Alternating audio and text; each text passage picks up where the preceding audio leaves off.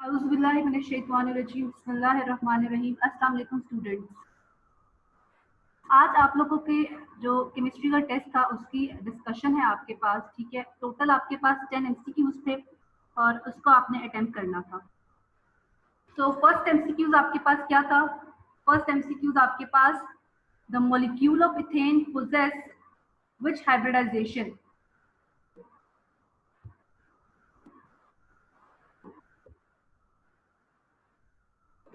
ठीक है जी, ये सिंपल था। आपके पास इथेन का मॉलिक्यूल आपने ड्रॉ किया और इथेन के मॉलिक्यूल की हाइब्रिडाइजेशन कौन सी होती है नहीं भी आपको पता तो जो ट्रिक मैंने आपको बताई थी आप लोग यूज करते हो, उस ट्रिक के थ्रू आप इसको आसानी से आंसर कर सकते थे कि लोन पेयर काउंट किए, पहले इथेन का स्ट्रक्चर ड्रॉ किया, उसके लोन पेयर काउंट किए, उसके सिग्मा बॉन्ड्स काउंट किए और आपने प्रेडिक्ट कर दी कि इसकी हाइब्रिडाइजेशन कौन सी है। ठीक है जी, करेक्ट आंसर्स मार्क हुए हुए आपके पास। Next acetylene. तो एसिटाइलिन क्या है आपके पास? एसिटाइलिन आपके पास इथाइलिन या इथाइन आपके पास जो सिंपलेस्ट आपके पास अल्काइन है उसी का दूसरा नाम है आपके पास। ठीक है जी, तो उसकी ज्योमेट्री कौन सी है? वो लीनियर है आपके पास, तो आपने सिंपली उसको टिक कर लिया। ठीक है, उसके बाद बेंजीन मॉलिक्यूल कंटेन्स। तो बेंजीन मॉलिक्यूल का आपने स्ट्रक्चर,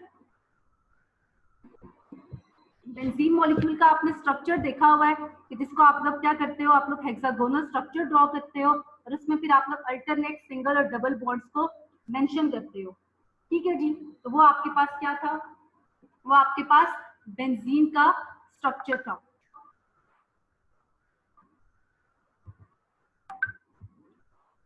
तो उसको जब ड्रॉ करें तो आपको सामने नजर आता है कि आपके पास उसमें कितने डबल बॉन्ड्स हैं। आपके पास 3 डबल बॉन्ड्स प्रेजेंट होते हैं। ठीक है जी, नेक्स्ट आपके पास था the isomers of the substance must have. देखो जो एमसीक्यूज होते हैं आपके पास, इनको सॉल्व करने की एक ट्रिक होती है आपके पास। वो क्या है कि आपने 4 एमसीक्यूज आपको गिवन है, ठीक है जी। उसमें से आपके पास क्या है कि आपके पास कोई से 2 जो आपको बिल्कुल लगता है कि आपके पास इसमें से बिल्कुल आउट है, उनको तो आपने निकाल देना है। ठीक है जी, तो आप आइसोमर्स हैं आपके पास सब्सटेंस के, तो जैसे कि मेरे पास ये 4 ऑप्शंस हैं, इसमें से मैं क्या करूंगी आपके पास आइसोमर्स आपके पास क्या था? वो कंपाउंड जिनका मॉलिक्यूलर फॉर्मूला सेम होता है।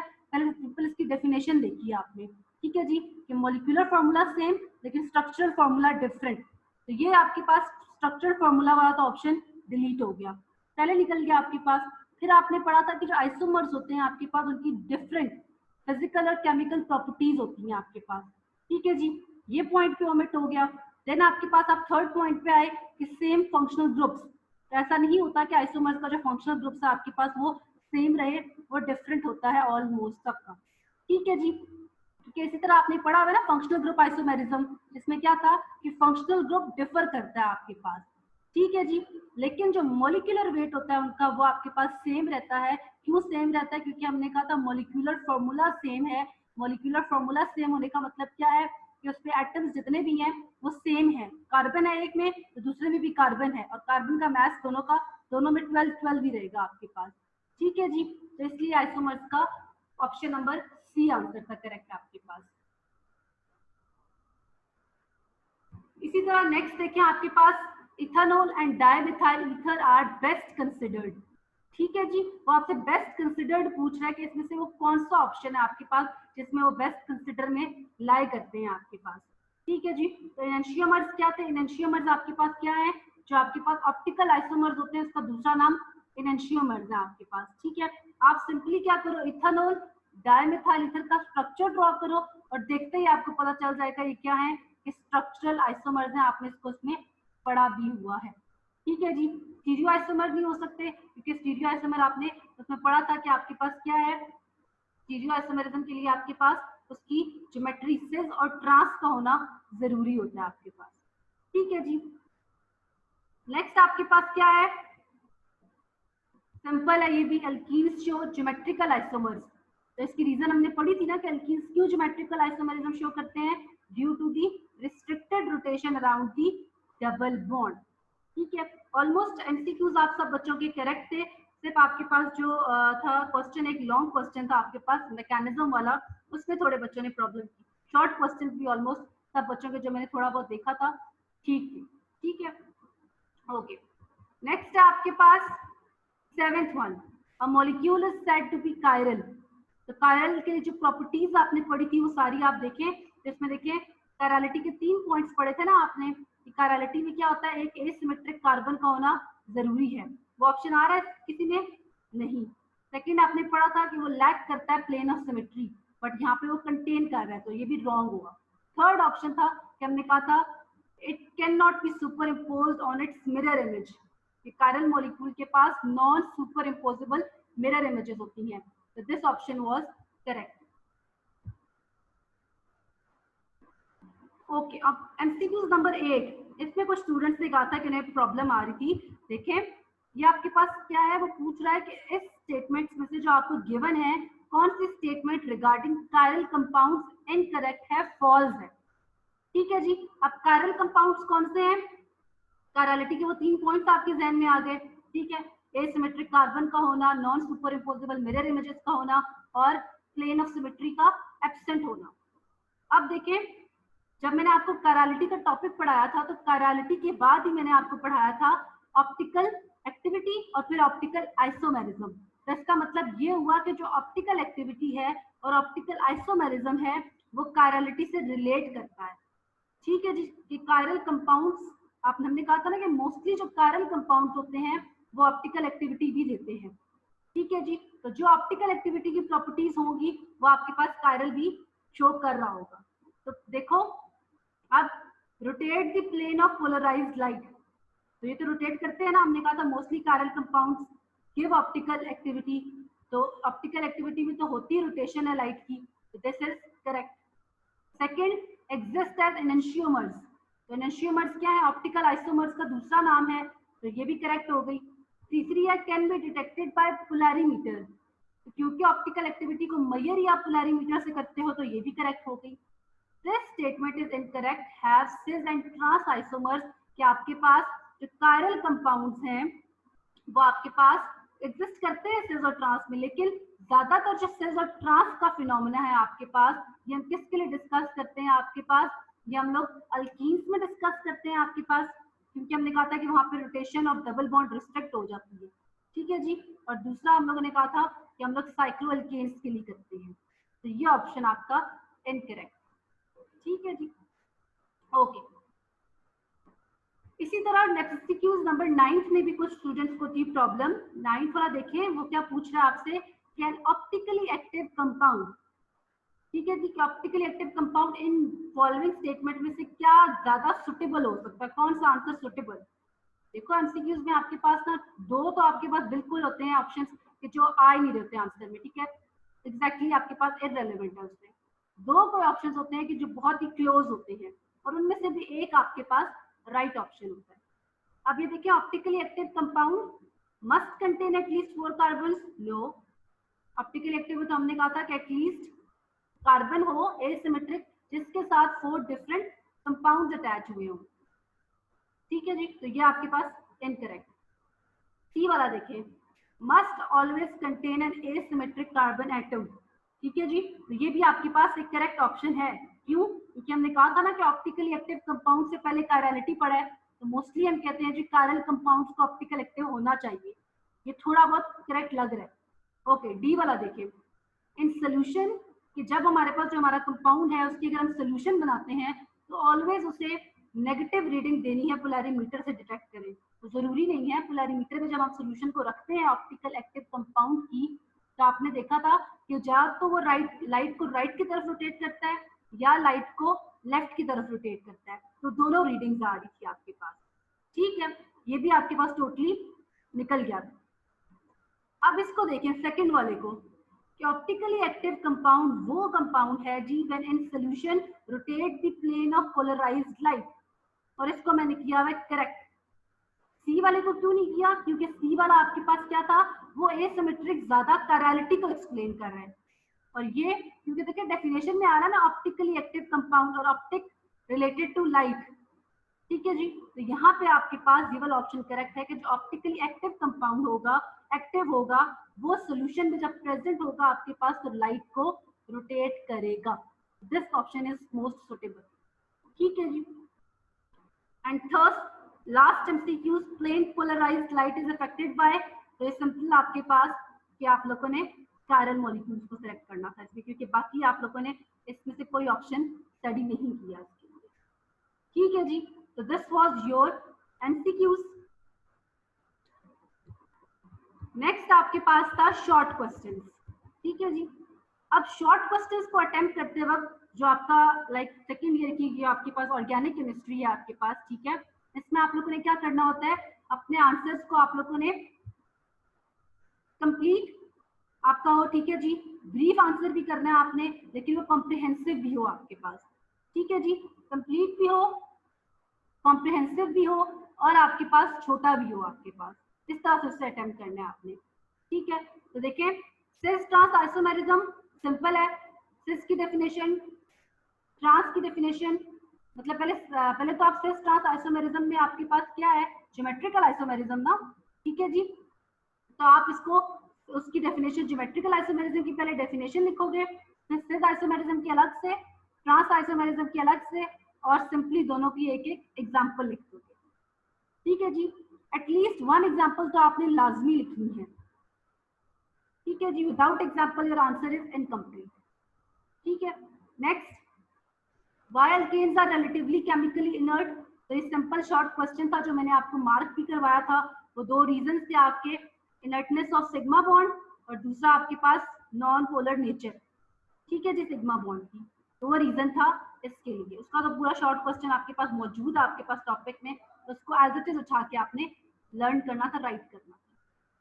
इसी तरह what is meant by dehydration of alcohols, इसमें भी वो जो पॉइंट्स मैंने आपको मेंशन करके दिए थे कि पहले डिहाइड्रेशन की डेफिनेशन लिखें, फिर उसका रिएक्शन लिखें, फिर उसकी कंडीशंस लिखें, फिर उसका मैकेनिज्म के साथ रिएक्शन प्रोवाइड कर दें। ठीक है जी, फिर अगर कोई सॉल्वेंट भी इसमें मौजूद है तो उसको भी अलग हेडिंग्स मैंने आपको मेंशन की थी, उन हेडिंग्स के अकॉर्डिंग इसका आंसर कंप्लीट एंड ब्रीफ आपने प्रोवाइड करना है। ठीक है, शॉर्ट क्वेश्चंस ऑलमोस्ट तकरीबन मोस्टली स्टूडेंट्स के ठीक थे आपके पास। ठीक है, नेक्स्ट पॉलीमराइजेशन रिएक्शंस, ये भी बिल्कुल आपका उसी क्वेश्चंस में से आपके पास रिएक्शंस ऑफ अल्कीन्स में से। इसी तरह ये जो क्वेश्चन था, question number 5, how optical isomers arise. ठीक है जी, इसमें आपने क्या करना था कि ऑप्टिकल आइसोमर्स कैसे अराइज होते हैं। ठीक है जी, तो पहली बात कि ऑप्टिकल आइसोमर्स आपके पास देखो, जहां पे आपने टॉपिक पढ़ा ऑप्टिकल आइसोमर्स वाला, ठीक है जी, ऑप्टिकल आइसोमर्स आपने पढ़ा ना, ऑप्टिकल आइसोमेरिज्म, आपने वो वाला पूरा टॉपिक नहीं उठा के यहाँ लिख देना था ऑप्टिकल आइसोमेरिज्म का, नो। अब वो पूछ रहा है कि ऑप्टिकल आइसोमर्स की आखिर वजह क्या है, क्यों ऑप्टिकल आइसोमर्स अराइज होते हैं, तो आपने इससे पीछे जाना था, कायरलिटी को देखना था कि कायरल, मोस्टली आप कहते हैं कि जो कायरल कंपाउंड्स हैं वो ऑप्टिकल आइसोमेरिज्म देते हैं, ऑप्टिकल एक्टिविटी देते हैं आपके पास। ठीक है जी, फिर आप लोगों ने क्या करना था कि आपने कायरलिटी के दो तीन पॉइंट्स हैं कायरलिटी के, वो तीन राइट करने थे। उसके बाद आपने ऑप्टिकल आइसोमर्स या ऑप्टिकल आइसोमेरिज्म की डेफिनेशन प्रोवाइड करनी थी, इनको एनेंशियोमर्स भी कहते हैं। और फिर आपने बताना था कि वो जो राइट की तरफ रोटेट करते हैं वो डेक्स्ट्रो रोटेटरी होते हैं, लेफ्ट की तरफ करते हैं वो लीवो रोटेटरी होते हैं, और एक एग्जाम्पल को बता देनी थी। ठीक है जी, सिंपली ये करना था आपने इसको। वो पूछा ना अराइज क्यों होते हैं, तो आपने इसका रीजन मेंशन करना था कि ऑप्टिकल आइसोमेरिज्म अराइज होता है ड्यू टू दी कायरलिटी, और कायरलिटी के भी वो तीन पॉइंट्स आपने राइट करने थे। ठीक है जी, तीन वही वाले, non super imposable mirror images, asymmetric carbon and lack the plane of symmetry, वो वाले पॉइंट। नेक्स्ट आपके पास है जी trans isomer is more stable, why, तो ये भी रीजन आपके पास मेंशन है कि आपने क्या करना था, ट्रांस आइसोमर का एक स्ट्रक्चर ड्रॉ किया, सिंपल ब्यूटीन की एग्जांपल ही ले लो। ठीक है, उसमें ट्रांस आइसोमर्स का स्ट्रक्चर ड्रॉ किया, सिस भी ड्रॉ किया, और फिर कंपैरिजन आपने बता दिया कि ट्रांस वाला स्टेबल क्यों होता है जी, क्योंकि हम कहते हैं वहां पे बल्कि ग्रुप्स जो होते हैं अपोजिट साइड पे होते हैं, स्टेरिक हिंड्रेंस कम होती है, जिसकी वजह से आपके पास वहां पे स्टेबिलिटी क्या है, इंक्रीज कर जाती है। ठीक है जी, एग्जाम्पल के साथ स्ट्रक्चर ड्रॉ करके, ऑर्गेनिक केमिस्ट्री में आपने हर चीज को ड्रॉ करना है फिर बताना है। ठीक है जी, स्ट्रक्चर को खोल के लिखना है, रीजन मेंशन करनी है अपनी, देन आंसर देना है। ठीक है, ओजोनोलाइसिस अगेन सिंपल था, डेफिनेशन, रिएक्शन, कंडीशन, सॉल्वेंट, और वो सब कुछ आपके पास जिसमें मेंशन है। कंप्लीट आंसर ओजोनोलाइसिस का, स्टार्ट से लेकर आखिर तक जहां पे रिडक्शन हो रही है आपके पास। ठीक है जी। ओके, नेक्स्ट आपके पास था आईयूपैक नेम आपने प्रोवाइड करने थे, तो ये भी मैंने आपको बताया हुआ था, मैंने आपको खुद ही एक में से दिया था कि एक अल्कीन्स में से दिया, एक अल्काइंस में से, एक अल्केन में से, ताकि तीनों आपके कवर अप हो जाए। ठीक है जी, जजमेंट हो जाए कितना आपको आता है। तो ये भी कुछ स्टूडेंट्स की मिस्टेक्स थी, ज्यादातर का ठीक था। ठीक है, तो ये इसकी नेमिंग ऐसे होगी।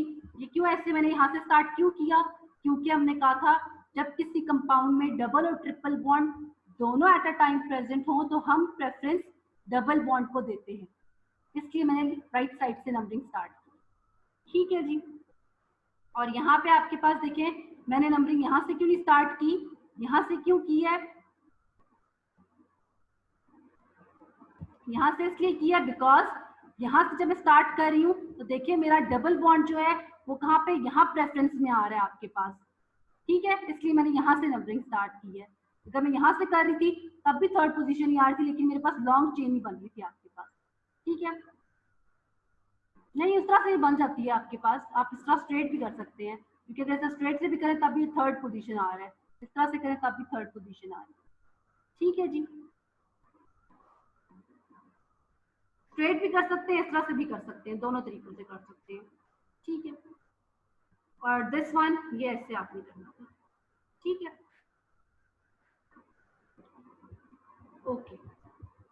अब देखिए जो ऑर्गेनिक केमिस्ट्री है ना, इसमें बार बार मैं आपको क्यों कहती हूँ कि मार्क्स आपके लिए ठीक है गेन कर सकते हैं आप लोग, क्योंकि आपके पास ये क्या है, मैकेनिज्म पे ज्यादा फॉलो का होता है, ज्यादा आपके पास क्या है वो प्रेफर करते हैं। अगर आपने अच्छे से पूरा अपना मैकेनिज्म एरो के साथ प्रोवाइड किया हुआ है आपको फुल मार्क्स।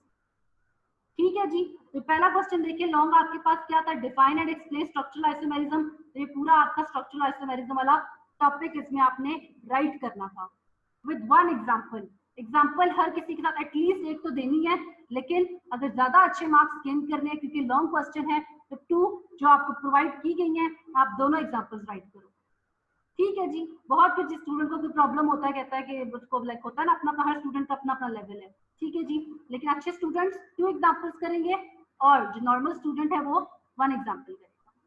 ठीक है, ये वाला क्वेश्चन बड़ा इंपॉर्टेंट था और इसको आप में से ज्यादातर स्टूडेंट्स ने डायरेक्ट उठा के लिखा हुआ था, और कुछ ने तो इतनी बड़े ब्लंडर्स किए हुए थे। मैंने आपको अलग से बताया था कि जब इसका मैकेनिज्म आप राइट करते हो तो मैकेनिज्म में हमेशा, मैंने आपको मैकेनिज्म की पॉइंट्स बताए थे ना, कि मैकेनिज्म में हमेशा आप लोग जब भी अटैक करवाते हो एरो लगवाते हो, एरो हमेशा न्यूक्लियोफाइल से इलेक्ट्रोफाइल की तरफ जाता है। कुछ भी हो जाए न्यूक्लियोफाइल से इलेक्ट्रोफाइल की तरफ एरो लगाना है। और न्यूक्लियोफाइल मैंने आपको बताया था, न्यूक्लियोफाइल क्या है, इलेक्ट्रॉन रिच स्पीशीज, और इलेक्ट्रोफाइल क्या है, इलेक्ट्रॉन डेफिशिएंट स्पीशीज। न्यूक्लियोफाइल पे नेगेटिव चार्ज होता है या फिर उसके पास इलेक्ट्रॉन पेयर्स होते हैं। इलेक्ट्रोफाइल पे मोस्टली पॉजिटिव चार्ज होता है या वो न्यूट्रल भी हो सकता है। ठीक है, अब मार्कोनिकोव रूल, पहले तो इसकी स्टेटमेंट देनी थी, इसको इलस्ट्रेट करना था आपने मार्कोनिकोव को यहीं पे, तो आपने बस इसके मैकेनिज्म में बता देना था यहाँ पे, इसमें मैकेनिज्म में जैसे ये रिएक्शन है ना, इसका मैकेनिज्म देखिए ये 2 स्टेप मैकेनिज्म था। पहले स्टेप में क्या होगा, इसको राइट करना था आपने इस तरह से। एल्कीन क्या करता है, इस स्ट्रक्चर को देखिए मैंने खोल के लिख दिया ओपन करके, ये डबल बॉन्ड, ये इसके एच बी आर को भी लिख दिया, H is partially positive, this is partially negative. Arrow आप जो कुछ बच्चों ने क्या किया होता है, ये हाइड्रोजन है ना, यहाँ से एरो यहाँ से उल्टा शुरू किया होता, इस तरह नहीं होता, that is the wrong method. भले ही आपने प्रोडक्ट सब कुछ ठीक बनाया, ये एरो अगर आपने गलत लगाया है ये पूरा क्वेश्चन आपका रॉन्ग हो जाएगा। एरो हेड आपने ठीक लगाना है।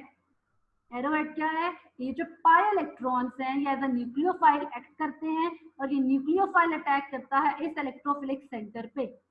अब क्योंकि देखो ये मेरे पास सिमेट्रिक था ना, तो हाइड्रोजन मेरा जिस मर्जी के पास चला जाए, लेकिन इससे जो अगली एग्जांपल है इसमें आप लोगों ने हाइड्रोजन शो करवाना है कि हाइड्रोजन किसके पास जाएगा, अकॉर्डिंग टू मार्कोनिकोव उस कार्बन के पास जिसके पास ऑलरेडी हाइड्रोजन ज्यादा है, तो वो इसके पास जाएगा।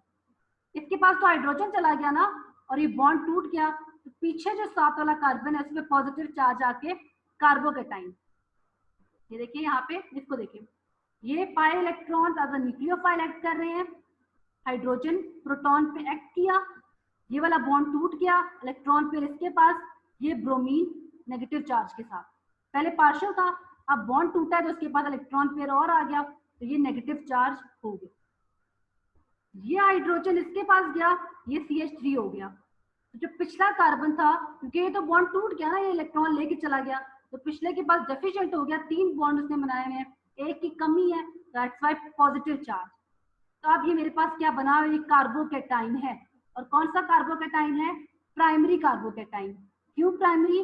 क्योंकि देखें ये पॉजिटिव साइन कैटाइन के लिए, और this carbon is further attached with only 1 carbon, that's why ये प्राइमरी कार्बोकेटाइन है।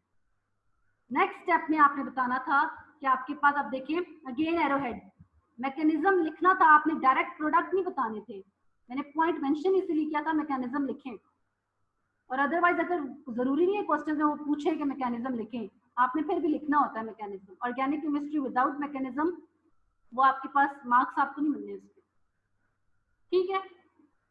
तो देखिए नेक्स्ट स्टेप में अगेन ये अब ब्रोमाइड मेरा क्योंकि नेगेटिव चार्ज है ना, तो ये न्यूक्लियोफाइल के तौर पे एक्ट करेगा, और ये न्यूक्लियोफाइल, अब ये पॉजिटिव चार्ज कार्बन है, ये इलेक्ट्रोफाइल है, तो ये न्यूक्लियोफाइल यहाँ से अटैक करेगा, यहाँ पे एरोहेड इस तरह लगेगा, इन एरोज का आपने ख्याल रखना है। और एज अ रिजल्ट ये ब्रोमीन जहाँ जाके अटैच हो गया और मेरे पास इथाइल ब्रोमाइड बन गया, ठीक है जी।